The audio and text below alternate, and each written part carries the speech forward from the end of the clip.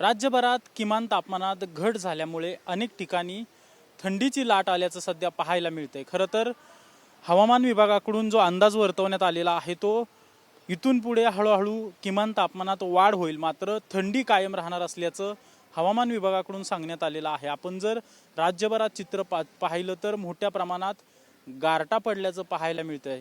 खरं तर सध्या पुणे शहरातील चित्र आपण पाहतोय की विविध ज्या ग्राउंड्स छोटे छोटे आहेत त्या ठिकाणी पुणेकर जे आहेत ते विविध ॲक्टिव्हिटीज व्यायाम करताना पाहायला मिळतात आणि थंडीमध्ये अनेक पुणेकर जे आहेत ते व्यायामासाठी बाहेर पडत असल्याचं देखील पाहायला मिळते। खरं तर थंडीमुळे सर्दी खोकल्याचे आजार देखील वाढल्याचं चित्र सध्या पाहायला मिळतं, त्यामुळे लहान मुलं आणि ज्येष्ठ नागरिकांनी विशेष काळजी घ्यावी असं देखील आवाहन करण्यात येतं आहे। आत्ता जर आपण पाहिलं तर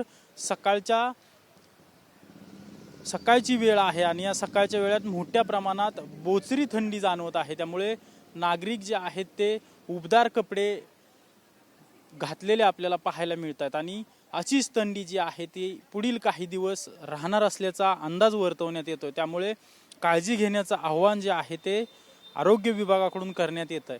खरं तर उद्यापासून हळूहळू किमान तापमानात वाढ देखील होईल असा अंदाज हवामान विभागाने वर्तवलेला आहे, मात्र पुढील काही दिवस जी आहे ती बोचरी थंडी जाणवत राहील असा देखील अंदाज वर्तवलेला आहे।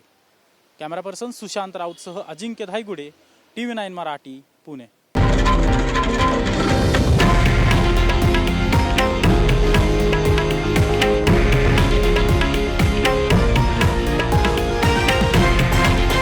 हे आहे देशातील नंबर 1 न्यूज नेटवर्क आणि आपण पाहत आहात TV9 मराठी, एकमेव।